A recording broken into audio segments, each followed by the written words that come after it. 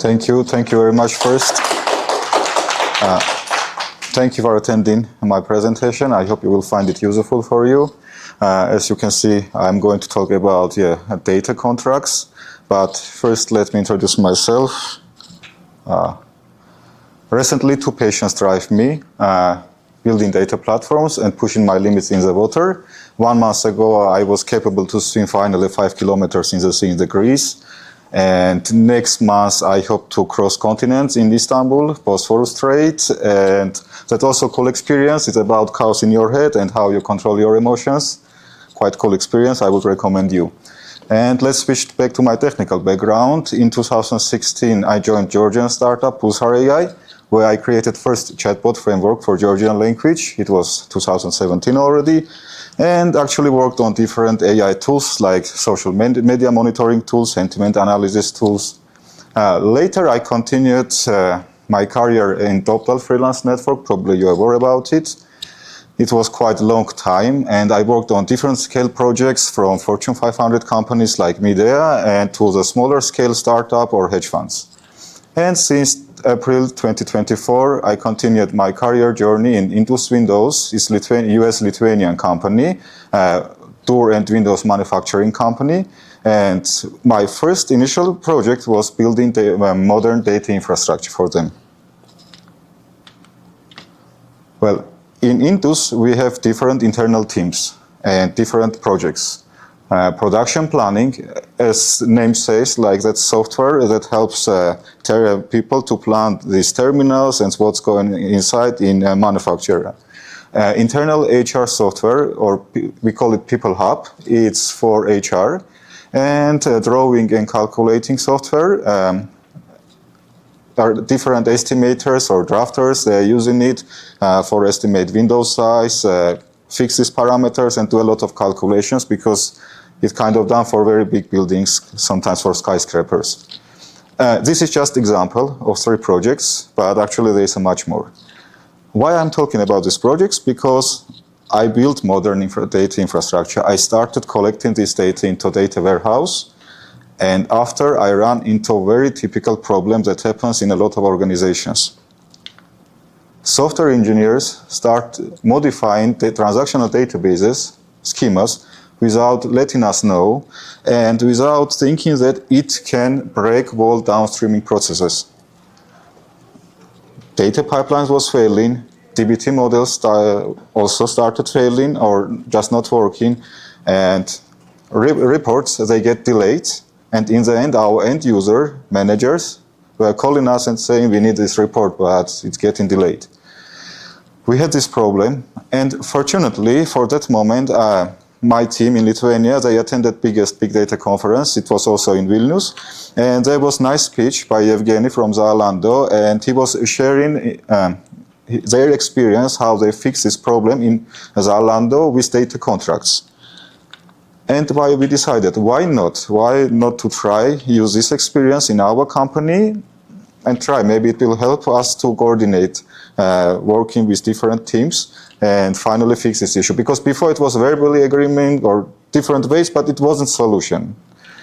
What is a data contract? Data contracts is machine readable document, actually YAML file, that explicitly defines the structure, format, semantics, data quality, SLAs, term of use for exchanging data between producer and consumer. Producer, that's these teams, and we, data team, we are consuming it. Very key point in Evgeny's presentation is called trust, but what this says from official document, instead of hoping, now we have explicit agreement. Both sides have an explicit agreement and they continuously enforce it. Let's see further how does it look like. Actually, it's bigger file. I just split it to the chunks to go through it and show you per line what it means and how it works. First of all, that's fundamentals. I call it this kind of passport of the data contract. That's API version, data contract, not data contracts, but software's API version that's going to process this. Because we had a case when you have YAML file, if version changed, it will not be able to process it and it fails. Like you have to follow this API version. Kind, just explicitly defining the data contract. ID, unique identifier. In this case, it's orders, because you can have thousands of data contract files. Name orders, semantic version. This is important, and I will show you on the next slide how you can work with this. And status of data contract. In this case, it's active. Semantic versioning. In this case, there is 3 parameters that we could control. First, patch, or you can see third parameter, that most right one. What it means, no data impact. Sometimes in data YAML file, you can just update definition of the column or just add some description. This has nothing to do with data, it's just descriptive information and actually will not break anything. Next parameter is minor and non-breaking change. That's the middle number. This one. Quite frequently, even now, during working process, backend teams doing refactorings and adding new columns. Table getting wider, like bigger, but it will not impact on us because the used columns is not changing. Only new columns is coming, and that's not a problem. And this is a queen, or I don't know, king. This is what breaks everything. Like if backend team decides to refactor it, and exactly deleting some columns or changing their names or changing formats, it breaks everything. There's a teams they kind of keeping us updated that we are going to change, but there's a teams that can just deploy it and say it works on our side and we little less care what's going on next. And yeah, this is major one. Okay, next, this is schema. If previous slide I was calling it passport. If previous slide was passport, this is heart of our data contract. As you can see, like this physical type, first of all, its name, the name, table name orders. Physical type is a table. Description, information about table, all the web shop orders. Actually, it could be much longer. I just cut it to fit this slide size. And properties, actually columns. And here you can see like we have 3 types of information: technical information, semantic business semantic information, and also governance, security related stuff. Okay, first column is order ID, logical type, it's string, and that's a primary key. Customer ID, business name, customer identifier. Logical type string, physical type varchar. We will come back to this part because logical type can be strict, but physical type can be also other type. It's a required column. This is also important because we have to explicitly say, don't delete it. This is a required column. Some example of data and classification. It can be internal, it can be public, it can be confidential data. In this case, we are calling it internal because it can be used inside of company. In case of it could be public, we could share it with external systems. For example, in my company, we have kind of data that even inside of company, the only concrete people can have access, especially some financial data and so on. And taking it as PII true, this is sensitive data, and further, it could be masked or somehow changed during further usage. Let's see another example. This order totals. Logical type integer, physical type also integer. Description, total order amount in cents. First, let me mention this one is not directly connected to data contracts, but quite interesting if you are working with financial data. Why not decimal? Why not float? Why in cents? Because there's a floating point error, and when you store data, let's say 0.1 or 0.01 in decimal format, it cannot perfectly represent it as binary in the database.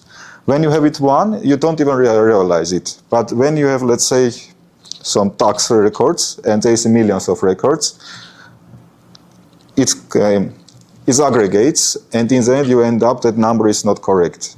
Especially for sensitive financial data, this getting a big problem. This is why it's recommended to store it in integer. But what I wanted to mention also, logical type options. This is kind of constraint, and means that number cannot be negative.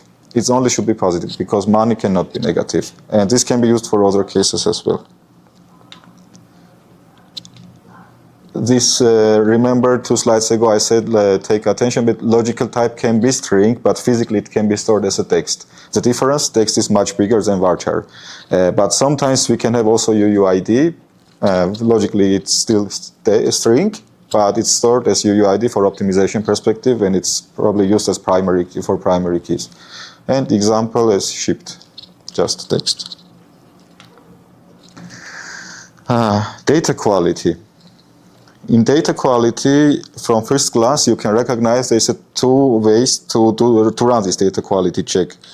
One is table level or column level. Let's start with column level. You can see the metric invalid values and pending, shipped, cancelled, these statuses must be 0. What this means? Like they cannot be other values. They cannot be errors. It has only pending, shipped, and cancelled. When this kind of error can happen, if you are working with user data or just aggregating, after aggregation and group by, you can see unknown, undefined, or this kind of. And with this way, we are restricted. No, we will not admit any other value except of this. This kind of constraint that we can put on this column. Or just table level quality check. We are saying minimum, it should be 100,000 rows. Not much. Actually, I remember, for example, when I was working with machine learning data, we needed big amount of data. Like if there's 2,000, you could not train your classical machine learning models. With this one, like we could also put a constraint that we accept in only cases when it's more than 100,000. Team. Under team, we are just describing who is owner of the data. And also support, like it can be channels, Teams channel, Discord channel, Slack channel. From first class, for small companies, this maybe doesn't look useful because everyone knows each other and it's not a problem. But when you are working in big organization and there is a lot of people, for some moment you cannot know whom to address when there is a problem. And this can be very useful. Terms of use, purpose, limits, and usage. Purpose and usage, how this data can be used. Imagine software engineer decided to refactor table, but he should know who is using it and for what reasons. And this can be very useful to identify, like when you're going to make this change, whom it can impact. And used by analytics team for sales analysis. But also very interesting little hidden kind of issue that if you run query, it will not fail, but it can be a logical issue. Limitation contains only the last 2 years of data. Now imagine you have to create a trend of revenues for last 5 years. You are building this dashboard. You are running a SQL query for last 5 years. It will not fail. It will create for only 2 years. Technically it works, people can go and check, but what happens next? Like, are we sure that there is no 3 years data because someone just deleted it? Or it's okay for business to have this last 2 years data? That's a big question and can confuse end user. And I think having it explicitly defined that here it's only 2 years data could be very useful further in analytics. Customer properties, sensitivity and secrets. Again, like we are saying that this is secret data, don't share or share with just a concrete group of people. SLAs. In SLAs, we are defining availability 90 and 9%, 99 and 9%. What it means technically? We have database and we can say it can be off for maintenance only 33 minutes a month. Knowing this information can be useful when you create connection to database and will not end up with error. Like we specify that there is a moment during the month or during time that it can be off for technical reason. Retention, again, we are going back to previous slide. It's kind of a limitation. We are saying we only have 1 year data. We are keeping only 1 year data. Support is business hours, only during business, support done only business hours. Now these three, support, retention, and availability, they're descriptive. Like we can just put it in the document to just describe the situation. But freshness, it's not just description, it runs as it has functional, it's a kind of function that runs and can fail the test process, because what it does actually, it uses order state, current timestamp minus maximum order state, and if it's going to be more than 24 hours, we have a lag in data.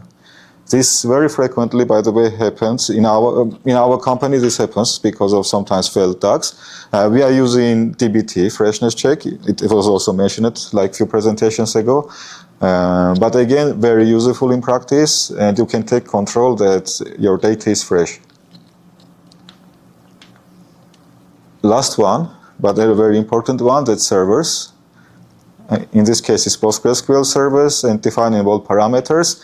How we use it, we have environment variables for production database and development database with parameters. And we can switch based on, later we will see in the Python script how we're doing it. But yeah, this can be used to connect to database, to concrete database. When you open Data Contracts platform, it has option that you can go and use interface to create your data contracts. It's quite comfortable. You just set and play with interface and generate this YAML file. But here is a trick. Like when we started using it, we had 300 tables to onboard. Now I think it's hard to imagine that I'm sitting and doing it for 300 tables here. It could be a problem. And this is time to mention AI finally, that I could also mention it in my presentation. I used Cursor. The trick was following. In one folder, I put a few examples. I created a few examples for concrete source. In another folder, I just put DDLs, definitions of tables, and wrote some prompt and saying, here is examples, here is a lot of tables. Generate data contracts for us. And instead of like spending days and this manual routine work, that's quite very boring, I would say. I even told my managers, thanks AI, it could be very boring for me playing with this. 2 minutes, 2-3 minutes, and it's done. There was a cases when AI little failed, especially, I think it's called medium-sized, large-sized text, like this kind of formats for some specific databases. But again, you are running tests, it fails, you are just checking manually. Instead of 300, maybe 5 or 10 data contracts you should check. Okay, we have YAML file. We know what is data contract. What's next? How to run it? 3 different options to run this test, data contract. One is CLI open source command line tool. As you can see, it supports a lot of different databases, platforms, AWS Glue, BigQuery, Iceberg. We in our company using PostgreSQL, MySQL, MS SQL, that actually we use it.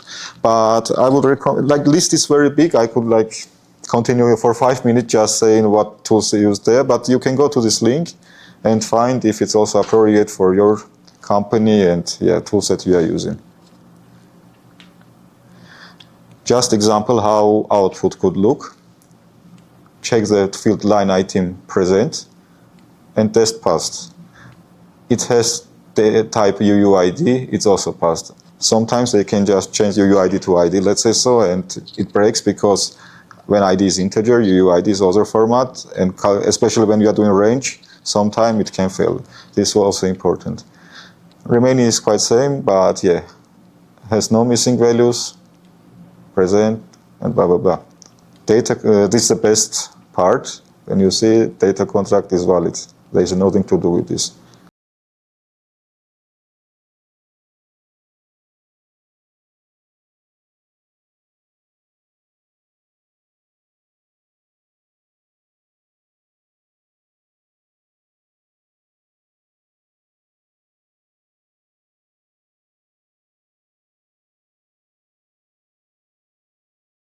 If you have big amount of data contracts.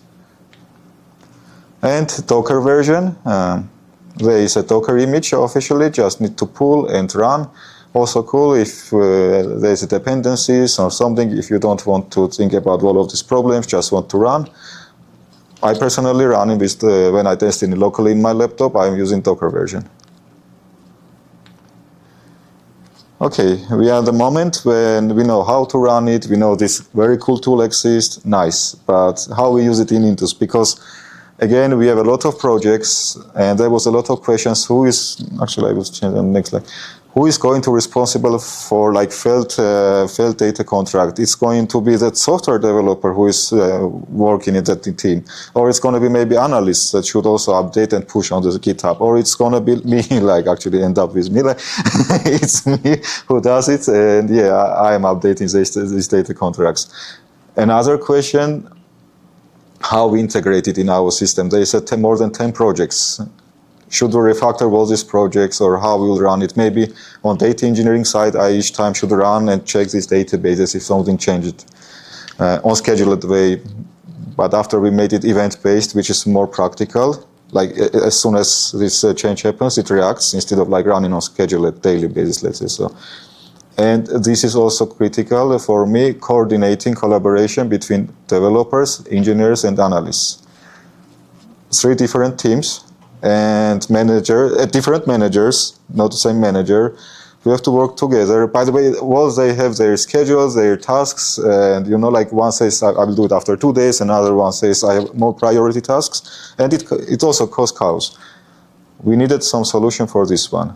Okay, let's see how we created this data contracts repository. First, actually, you can see it's very easy. This is a screenshot of our repository. Just contracts folder with YAML files, CI/CD YAML files, GitLab CI/CD YAML files, Docker, that's for Python with some dependencies, and main Python script that actually does all the job.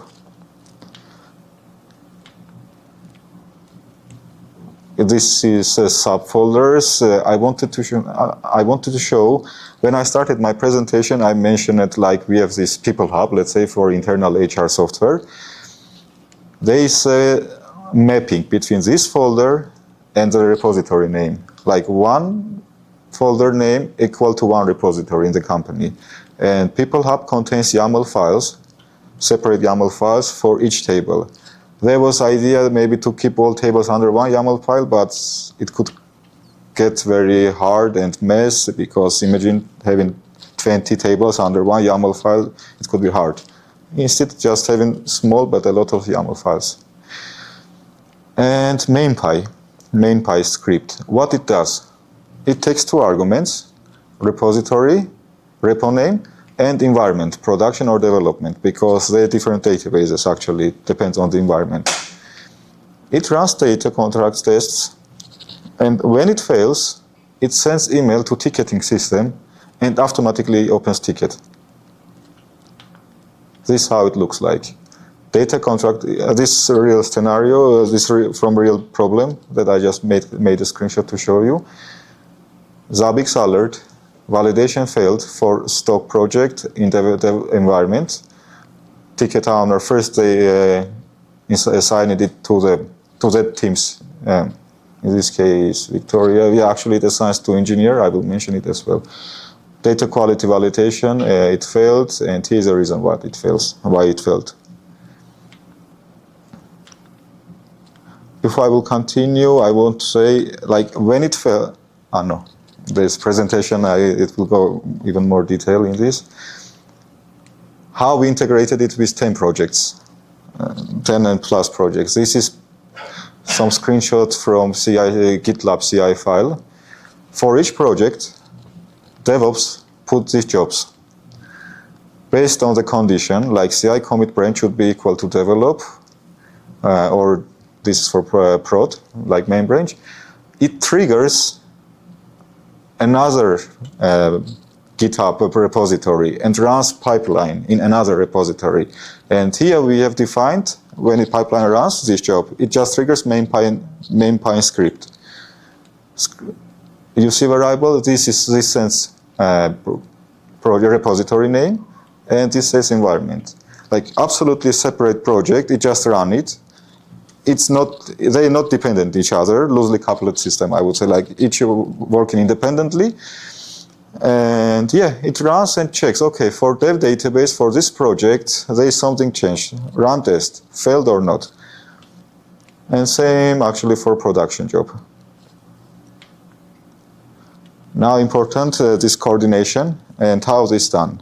If it fails, first ticket, if it fails on dev, ticket assigned to their dev, because changes actually in practice we found there's two types of changes. Intentional, they know what they do and they're really doing some refactoring, or accidental, temporary, the developer was playing, thinking, okay, this kind of schema could be even better than previous one, wasn't necessary, but he was playing, in the end breaking everything. And when they receive this, they just roll back system and says, okay, we don't need this change, even without disturbing the AI team. If it's intentional, and they know that they are changing something in the database, then we are requesting from them to provide context. Why they, in this case, the context could be related to data engineer, because I will know what's changing. For data analysts, sometimes they're changing generally logic of the data. And SQL queries, DBT models, they should completely refactor it because the logic is changing, and they are providing this information under the ticket. Here's the example: creation date, a real case. Creation date was deprecated, and the backend team was replacing it with created at. Due to time zone standardization. What's interesting? Imagine now they were storing data, creation date in Lithuania time zone. After, they're changing it to created at in UTC time zone. In aggregation, everything's going to be wrong, numbers going to be wrong, because now they are storing it different time zones. And if not letting know analysts that this kind of change happened, it could be disaster. Like for a lot of dashboards, it's going to be like absolutely other numbers. This is why it can be also very useful. What should I do when receiving such a ticket? And what we say, if it's not big problem, just continue deploying. If it's, or sometime we can request time to have a meeting internally with analysts and engineers and decide how we will continue, because it can require a lot of refactorings on our side before they will deploy it. But some exceptions happen, hot fixes. Some projects used by a lot of users, like these estimators sitting in different offices doing this estimate for clients, and if there's some big fail, some problem happens, they cannot sit and wait until analysts will discuss for a few days and do this brainstorming. So they immediately deploy this, and we are fixing it post factum. Actually, what was before data contracts, quite frequently we were fixing it post factum when everything started failing. Now the question: do we need to create data contracts for wall tables? No, it's not necessary. You can create it for most important ones. What we call important, in my case, in DBT, there is a manifesto JSON, and if you get it and analyze, you can find which tables are actively used in the models and create statistics. This approach that I used. And we got that some tables very actively used. By the way, even now I have one pending task. They are changing that table. And I said, stop, I'm on day off. I'm in Yerevan. I will come back on Monday and I will fix it. Like this way we stopped it. Without that, if they could change that project's table, it could break almost all dashboards. It's actively used. This way you can onboard, but again with AI, you can onboard quite easily 50 or 100 tables. Do we need to create those? Okay. And in the end, I want to express my gratitude to my colleagues, because I didn't work on this alone. Yeva, our team lead, and also Thomas, DevOps. Thanks also them. And we work together. I think it's also, yeah. And thank you very much for attending. With big pleasure, I would like to answer on your questions. Thank you very much. Yeah, I have questions.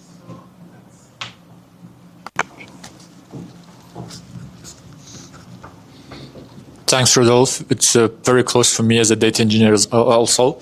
My question is about the PII, how you tagging PII and whose responsibility it is, and what you do with the complex data types like JSON, for example, right? In time to time, PII data, sensitive data appears in that kind of complex types, right? Could you repeat first part, API? What about sensitive data, who tag data, whose responsibility is it? Interesting fact, now we don't have such we have one sensitive data, but actually DevOps said, I will not give it to you. Like, they're kind of cutting this table to 3 columns, like from 5 columns. They're just cutting it and giving only 3. That's some financial data that could be very important, but I'm not getting it. And remaining data, it's not sensitive, and we don't have people who is actually doing it. Got it. Okay, thank you.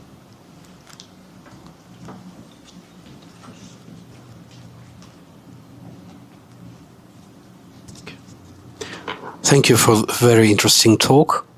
The system of data contracts strikes me as being overlapping with the systems that are recently in fashion called semantic layers, such as dbt semantic layer, because it portrays also information about whatever this thing means for the business, etc., etc. Do you see any overlap between these approaches and any synergy that might result in using both? Thank you. We are using both. Thank you. First of all, thank you for a question. And we already use semantic layer. Our team working on it. What's the difference? In our case, I showed you all the cases, but actually we are not using all these quality checks because freshness check, for example, we implemented with dbt, and data contracts mostly we use to specify column names and column types and just check if it exists or not. Whatever could break is kind of before dbt, before data warehouse. We check first and after run it. What you mentioned at semantic layer is kind of end of the story already. When you have already, and our analysts now defining these formulas, and yes, it will be used in dashboards, in calculations. I can't provide more information because I'm not working on it. But what I can say, if you see the chain now, here is a semantic layer and here is a data contracts first. Okay. Thank you. I have this like future-looking, the next step question, and I would like your opinion on that. Do you see a world where like the contracts are agents and like they negotiate between each other when the change happens and they try to negotiate and then sort it out before bringing human in a loop as much as possible? Like a mechanism could be, for example, there is a change in a contract and it broadcasts what the change is in the blast radius of that, and other contractors subscribe to that and see if it's pertinent to them, and then they will take account what changes is made and then incorporate that. And there's like a peer-to-peer mechanism between the different departments and different contracts. I think my vision that I completely think that it could happen because I was checking Stack Overflow, again we discussed it, like just 3 or 4 years passed and Stack Overflow now seems like a museum. It was dinosaurs era, but just few years passed. And with active development of agents, I think everything is possible. And especially I have seen cases when the team integrated agents to analyze Airflow logs. And when something significant were happening, I think agents quite quickly was reacting on it. And yeah, completely agree, it's possible. And in our company, we also, that was a question about dbt. They have these agents, and we already testing it. What's the difference? They fail for nuances. Like it works good, but when there's some nuances in filters or something, it can fail. Not always, but it can fail. And we are exactly testing human versus agents and data quality. Yeah. Thank you. So thank you. I'm not a data engineer, so I feel I have to ask this question. You are concentrating the software engineers not to alter the database by data contracts, if I'm not mistaken. What? You are constraining the software engineers not to alter the database without authorization, if I'm not mistaken. By the way, it's a good question because we were discussing should we block someone or not block, and like working process. And this is why I said dev and prod mode depends. Like if it's in dev, we just notify them. Actually, this is kind of early notification system. It's not blocks anyone. But we getting it earlier and can react instead of getting this panic, everything fails, quickly do it. It's a lot of stress on the team and also delays on reports. Instead, we get it earlier and can a follow-up question, if I'm allowed? A follow-up question? Yeah. Do you think, can you imagine a world that we have some contracts, not just for the data, but for the everything that AI generates, including the code, that we will say, okay, we will not read your code, we don't care about what you are doing. You have to be not following, but you have to meet this criteria. You have to pass this unit test, you have to have this kind of measurements, and this is your contract. Follow this contract, do whatever you want, write in any language you want. Do you think it's possible? By the way, these data contracts is very universal because it doesn't matter what language you're using. And you can, this YAML file, you can do it with PHP, you can do it with Python, like with Docker, especially Docker version. You just put in YAML file and it does for you. Like it doesn't matter in the environment. Like Python version officially supported, but for other cases, we were thinking maybe each team will integrate this test for them. But after created this independent system, just separate repository that runs. Because before was the idea, why if we put for each project as a part of, like on the test stage, these data contracts. With Python it was very problematic because some projects implemented in PHP. But with this Docker image, again it's independent. Like you can just run it, doesn't matter like what language it is. If it related about independence of language. But yeah, with Docker we reached this independency. Okay, agents could do whatever they want. Agents, I think based on how the trend's going, I believe that agents in the future will do whatever they need.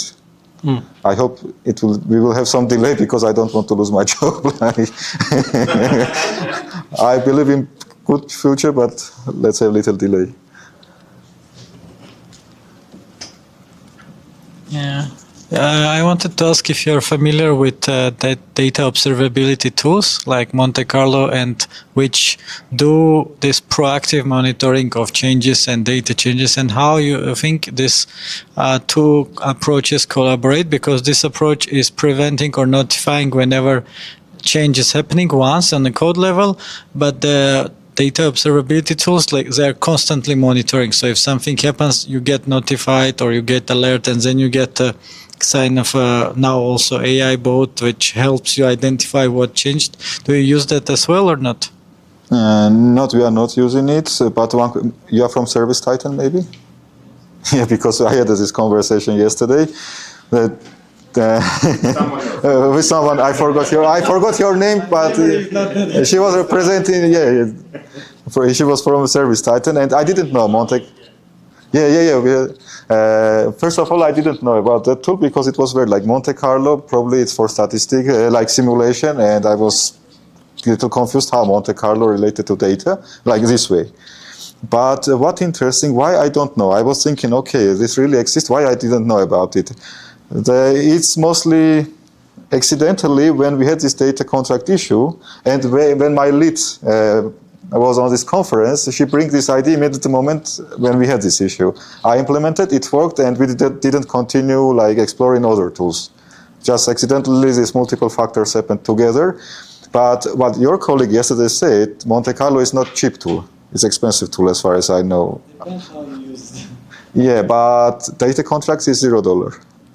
Yeah, just follow up. I'm trying to understand what is the just approach. Even it can be not Monte Carlo, they are open source versions and you can host it. But the idea, do you need proactive monitoring of these changes, or just what's in place is enough? Or you are able to catch everything with just this approach? Like currently what I see in company, we don't need anything more, especially this is for free. We just using. Forget about cost. No, I mean, like, this is okay. This works for us. We don't have any problem. It really does what it should do, like send us notification, and we are reacting. And also, this manifesto that we sent across all teams, that how we are going to react on it, is important because first, when we integrated it, a lot of developers were panicking. Okay, it failed. What should I do? Like no one knew what they should do, and they were texting me in panic. Okay, I stuck. But after preparing all this document and after actually a little practice, like failed and fixed, everyone became little experienced, and we are quite well managing these situations. Not proactive, yeah. This one is correct. This one not actively checks data. No, they try to prevent, and the observability tools, they are more reactive.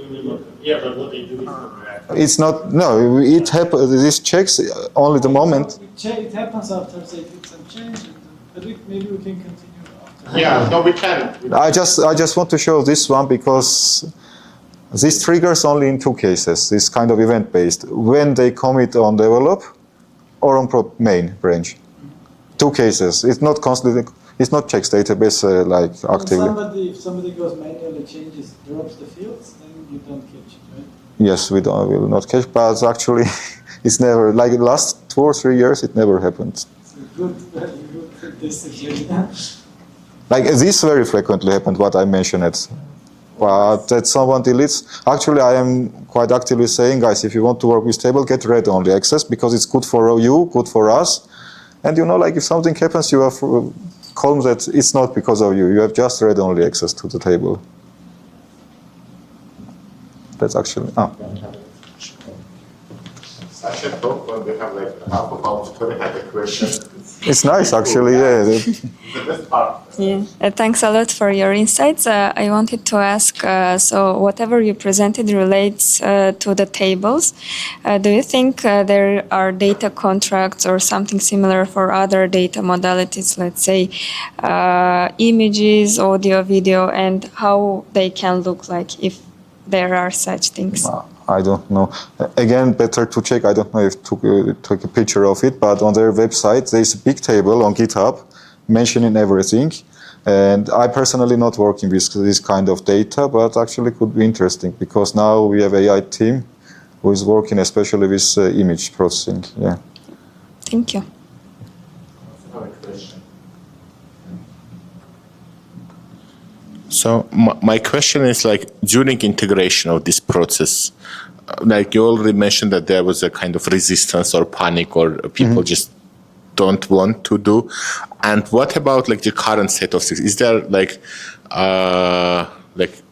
people who sabotaging, like how you will deal? Is there just attempts to say, okay, let's don't do it, it slows us down? So in terms of like human perspective, how difficult it to maintain? Okay, you have it now, but do you have like situations when they start to question like why we should keep this? Yeah, like it slows down. It was easier to tell our CEO, like, you know, if you integrate it, you will get a big benefit. If not, like you will not see reports. It solved all the downstreaming problems.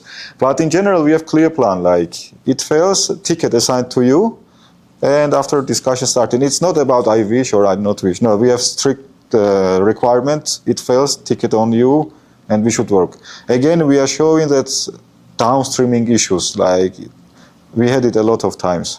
I'm happy that actually engineers are understanding, but again, presentation to CEO was most major part of this.